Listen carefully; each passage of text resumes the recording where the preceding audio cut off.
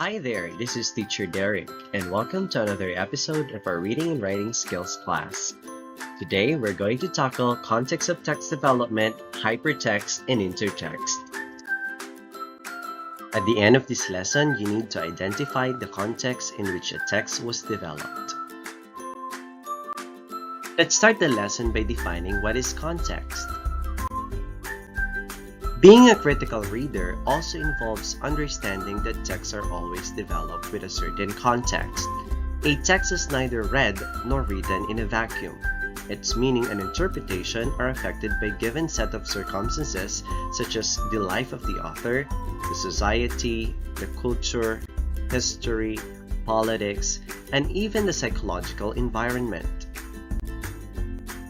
Thus, context is defined as the social, cultural, political, historical, and other related circumstances that surround the text, and from the terms from which it can be better understood and evaluated. In discovering a text context, you may ask questions like, when was the work written? What were the circumstances that produce it? And what issues deal with it? Let's have the first technique in developing a text context, which is called hypertext. A hypertext presents a new way to read online text that differs from reading the standard linear text. Texts are typically presented in linear form, in which there is a single way to progress through the text, starting at the beginning and reading to the end. However, in hypertext, information can be presented in a semantic network, in which multiple related sections of the text are connected to each other. In the sample hypertext, the underlined terms such as symbolic shadow, emancipation proclamation, withering injustice, and joyous daybreak were hyperlinked. Clicking one of those words would lead you to a different page, which develops and explains the context of the hypertext excerpt from Martin Luther King Jr. I Have a Dream speech. A reader can then skim through the sections of a text, freely jumping from one part to another, depending on what aspect of the text interests him or her. Thus, in reading with hypertext, you are given more flexibility and personalization because you get to select the order in which you read the text and focus on information that is relevant to your background and interests. Let's move on to the second technique in developing a text context, which is intertext. Intertextuality is the modeling of a text meaning by another text. It is defined as the connections between language, images, characters, themes, or subjects depending on their similarities in language, genre, or discourse. The definition of intertextuality was created by the French semiotician Julia Kristeva in the 1960s. She created the term from the Latin word intertexto, which means to intermingle while weaving. Kristeva argued that all works of literature being produced contemporarily are intertextual with the works that came before it. Texts contain many layers of accumulated cultural, historical, and social knowledge, which continually adds and affects to one another. Intertextuality is also a literary discourse strategy utilized by writers in novels, poetry, theater, and even in non-written texts such as performances and digital media. Examples of intertextuality are the author's borrowing and transformation of a prior text, and a reader's referencing of one text and reading another. Let's take a look at this sample intertext. Obviously, you could see some similarities of this old painting to the Simpsons photo. The latter is considered an intertext of the former because of the similarities in the character's gesture and abstract theme. Intertextuality is widely used in different media. For example, before we had movies with vampire themes such as the Twilight Saga Eclipse, we already had the classic movie Dracula. And we all know that before the movie Evan Almighty was produced, we already have the biblical story of Noah's Ark. And before we had the art parody Mona Bean, we already have Mona Lisa. Another example of intertext is Vogue, the lampoon of the magazine Vogue. Let's have the function of intertextuality. A majority of writers borrow ideas from previous works to give a layer of meaning to their own works. Since readers take influence from other texts, and while reading new text, they sift through archives, this device gives them relevance and clarifies their understanding of new texts. The effectiveness of intertextuality can often depend quite a bit on the reader's prior knowledge and understanding before reading the secondary text. Parodies and allusions depend on the reader knowing what is being parodied or alluded to. Intertextuality does not require citing or referencing punctuation such as quotation marks, and is often mistaken for plagiarism. Plagiarism is the act of using or closely imitating the language and thoughts of another author without authorization. This does not include intertextuality, which function is to use a part of another text and change its meaning by placing it in a different context.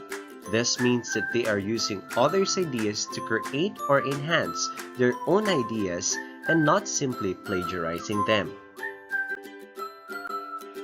Intertext is also found in common speech. For example, you are Solomon when it comes to making decisions. The name Solomon is an allusion to King Solomon of the Bible, who is known for his wisdom. Number 2, I'm sure you're the culprit. I could almost see your nose growing. The underlined phrase alludes to the literary character Pinocchio, who is known for his growing nose when lying. Number 3, Louise is good in English, science, and social studies, but math is really her Waterloo. Waterloo means weakness as an allusion to the Battle of Waterloo, where Napoleon Bonaparte was finally defeated. Let's now have the types of intertextuality. Obligatory intertextuality is when the writer deliberately invokes a comparison or association between two or more texts. Without this pre-understanding or success to grasp the link, the reader's understanding of the text is regarded as inadequate. Obligatory intertextuality relies on the reading or understanding of a prior hypertext before full comprehension of the hypertext can be achieved. Let's have the sample obligatory intertextuality. To understand the specific context and characterization within Tom Stoppard's Rosencrantz and Guildenstern are dead, one must first be familiar with Shakespeare's Hamlet. It is in Hamlet we first meet these characters as minor characters, and as their Rosencrantz and Guildenstern plots unravel, specific scenes from Hamlet are actually performed and viewed from a different perspective.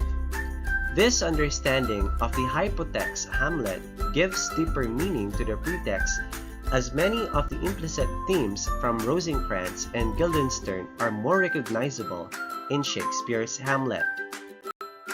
Another example of obligatory intertextuality is a parody movie, The Starving Games.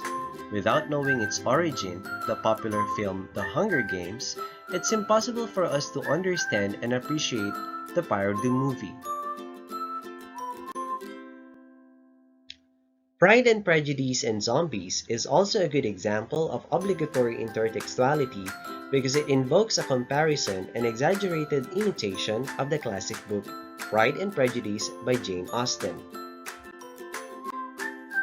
Let's move on to optional intertextuality. The intent of the writer when using optional intertextuality is to pay homage to the original writers or to reward those who have read the hypertext. However, the reading of this hypertext is not necessary to the understanding of the hypertext. Let's have the sample optional intertextuality. The use of optional intertextuality may be something as simple as parallel characters or plot lines. For example, J.K. Rowling's Harry Potter series shares many similarities with J.R.R. Tolkien's Lord of the Rings trilogy. They both apply the use of an aging wizard mentor, Professor Dumbledore and Gandalf, and a key friendship group is formed to assist the protagonist, on their arduous quest to defeat the powerful wizard and to destroy a powerful being. Percy Jackson's series is also an example of optional intertextuality because it puts the classic Greek mythology into modern context and adapts it to the target audience.